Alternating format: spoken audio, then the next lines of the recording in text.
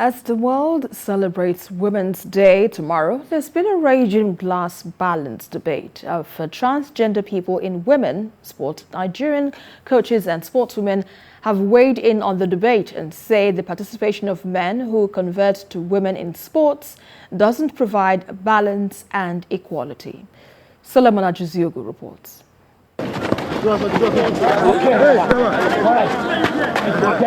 In the 1990s, Yabo Abadi was a sensation playing in the Nigeria Women's Football League and WFL and the national team, the Super Falcons, until fellow players discovered she was, quote, a he female, or is it a she-male? She had more male features than that of a female.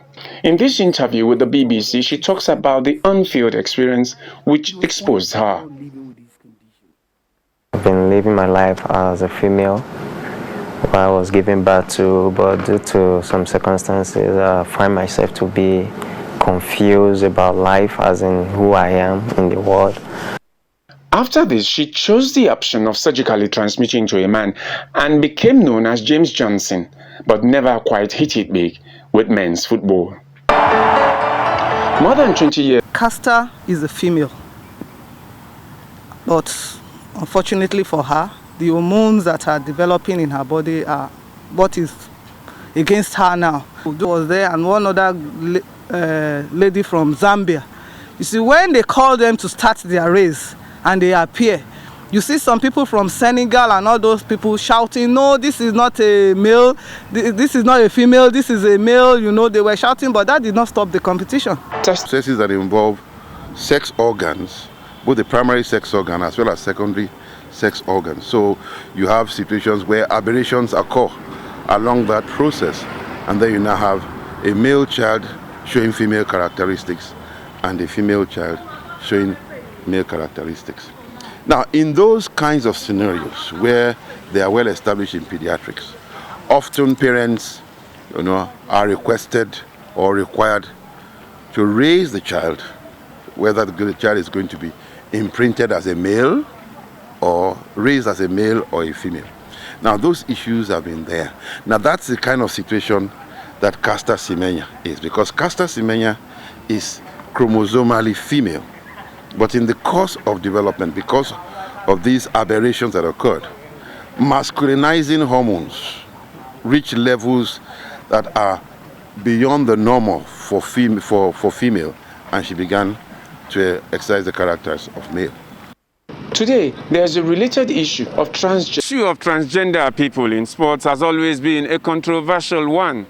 Coaches and athletes in Nigeria are almost united in their response over the debate, referring to it as lacking in equality and fairness. Transgender, from the legal perspective, are those people who deliberately, transmuted from their natural gender into their preferred gender. It's like making a choice. Transgender, on the other hand, are people who were born one sex and then through surgical manipulation have now decided to be labeled another sex. Okay? Now, I hope we remember that the term gender is a social construct, while sex is a biological construct. We are born biologically male or female. The kind of argument or the kind of debate, the kind of conversation that is in the public domain today, people are putting them all together. So people who are transgender are trying to use intersex issues to strengthen their argument. And that's where the confusion has arisen. For a man, a formerly man to a woman, he is at advantage because he is going from a stronger cell to the weaker team. But for the woman coming over, it's very, very, very, very, very difficult. So, it's at advantage to one party, it's advantage to the other party. It's not supposed to be allowed because it's the body that changed, the power in you, your bones, everything are still there as a man. So you cannot compare the power in a man with a woman. So you cannot compare it. Trying to compete at that level is just like cheating the women's world. So I will say it is unacceptable. There is no way men, or should we say former men, now women, should not be allowed in any way to compete, on the same platform as women. So it's not acceptable because it's taking undue advantage.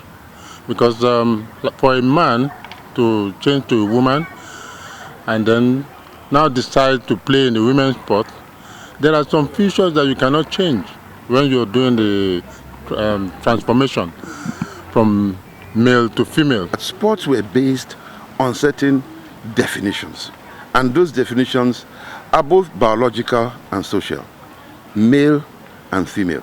That's because biologically there are certain characteristics that males have which are different from women. Muscle, when you categorize people on the basis of age, on the basis of sex, and on the basis of other physical characteristics. So when a male is constructed, he said you are a male, you have male characteristics. And many of the biological correlates of male and female athletes, are different in terms of the capacity of male athletes and female athletes, whether in the power sports or the sprints or any other sports. The categorization is very clear. So those who have established sports have made it clear that sports is defined for female and for male. The Nigerian law forbids a boy or a man in the place of a girl, or a woman in the place of a man. When society decide and say, certain things are contrary to their own body of morality, contra bono more, then we should not just go there. So as far as Nigeria is concerned, law about transgender is like moving, beyond the red line. On the international level, the International Olympic Committee regulation on the participation of transgender people in sport is complicated. And as at 2016, when the last games took place, no openly transgender person took part in the Olympic Games. Solomon Ajiziogu, TVC News.